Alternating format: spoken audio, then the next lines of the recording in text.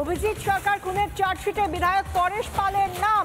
চার্জশিটে নাম কাউন্সিলর পাপিয়া ঘোষের, নাম রয়েছে কাউন্সিলর স্বপন সমাদ্দারের।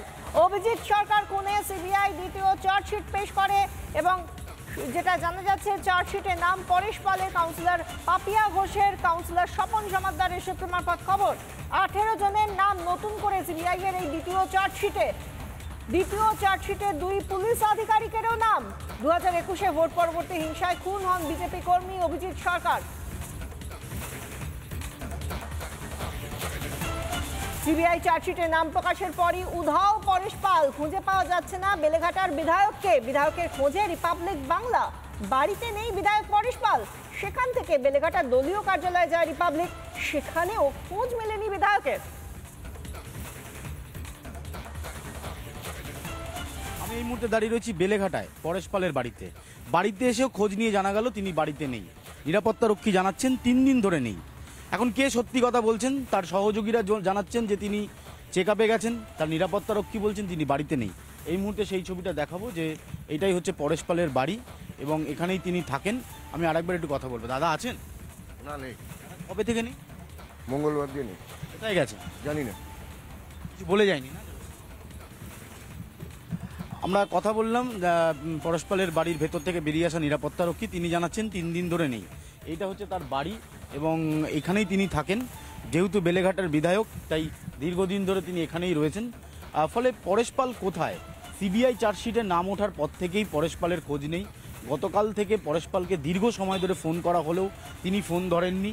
আজকে তার পার্টি অফিসে তার খোঁজ চালায় রিপাবলিক বাংলা, সেখানে তিনি নেই। তার বাড়িতে আমরা এসেছি, এখানে নিরাপত্তা রক্ষীরা বলছেন 3 দিন ধরে নেই। পার্টি অফিসে তার সহযোগী বলছেন চেক আপে গিয়েছেন। কে সত্যি কথা বলছেন এটা স্পষ্ট নয়। তবে পরেশ পাল কেন সংবাদ মাধ্যমকে এড়িয়ে এড়িয়ে চলছেন, এই প্রশ্নটা বড় হয়ে দাঁড়াচ্ছে। অভিজিৎ সরকারের দাদা বিশ্বজিৎ সরকার স্পষ্টত জানাচ্ছেন গোটা ঘটনায় পরেশ পালের ইনভলভমেন্ট রয়েছে এবং সক্রিয় ভূমিকা ছিল সেদিনের ঘটনায়। তার ভাইয়ের মৃত্যুর পেছনে পরেশ পালকে যেমন তিনি কাঠগড়ায় তুলেছেন, একইভাবে 2 কাউন্সিলরকেও তুলেছেন। একজন কাউন্সিলর মুখ খুললেও পরেশ পাল তিনি সংবাদ মাধ্যমকে এড়িয়ে এড়িয়ে চলছেন। কোথায় রয়েছেন পরেশ পাল, তার উত্তর এখনও অজানা। ক্যামেরায় অতনু নাগের সাথে অনুপম পাত্র, রিপাবলিক বাংলা, বেলেঘাটা। 2021-এর বিধানসভা নির্বাচনের ফল ঘোষণার পরেই সেদিন রাতেই কাকুরকাচিতে খুন হন বিজেপি কর্মী অভিজিৎ সরকার। সেই ঘটনার তদন্ত শুরু করে সিবিআই একের পর এক চার্জশিট দিয়েছিল। তবে শেষ যে চার্জশিট সিবিআই কোর্টকে দিয়েছে সেই চার্জশিটে 3 জন তৃণমূল নেতার নাম, যার মধ্যে একজন রয়েছেন বিধায়ক বেলেঘাটার পরেশ পাল। এই মুহূর্তে তার পার্টি অফিসের সামনে রয়েছি। আমি একটু ছবিটা দেখাতে বলবো। অতনু নাগ সেই ছবি দেখাচ্ছে। এটাই বেলেঘাটায় পরেশ পালের পার্টি অফিস। পরেশ পালকে গতকাল থেকে টেলিফোনে যোগাযোগ করা হলো, পাওয়া যায়নি। আজকে যখন তার পার্টি অফিসে আসা হয় তিনি এই মুহূর্তে নেই বলেই তার পার্টি সদস্য যারা রয়েছেন, পার্টি অফিস যারা চালাচ্ছেন তারা জানাচ্ছেন। দাদা বিশ্বজিৎ সরকার তিনি গতকাল জানাচ্ছেন যে পরেশ পাল একেবারে সরাসরি যুক্ত। তিনি সেদিন ঘটনায় লোক পাঠিয়ে তার ভাইকে খুন করিয়েছেন, তাই সিবিআই তার চার্জশিটে নাম দিয়েছে। পরেশ পাল এই মুহূর্তে নেই, তার পার্টি অফিসে আমরা রয়েছি। নিঃসন্দেহে আমি একটু কথা বলবো। দাদা কি সকাল থেকেই নেই? দাদা মেডিকেল ট্রিটমেন্টে গেছে, আগে হয়েছিল, এখন চেক আপে গেছে মেডিকেল। বলতে পারবো না তো কিছু।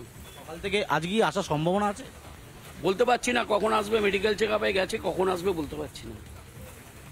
এই মুহূর্তে তার পার্টি অফিসে রয়েছি। তার যারা সহকর্মী, যারা তার সাথে রাজনীতিটা করেন, তারা বলছেন যে নানা ধরনের কন্টেন্ট দেখার জন্য লাইক করুন, শেয়ার করুন আমাদের ফেসবুক পেজ, সাবস্ক্রাইব করুন আমাদের ইউটিউব চ্যানেল। পাশাপাশি অন্যান্য ব্রেকিং নিউজের জন্য অবশ্যই চোখ রাখুন রিপাবলিক বাংলায়।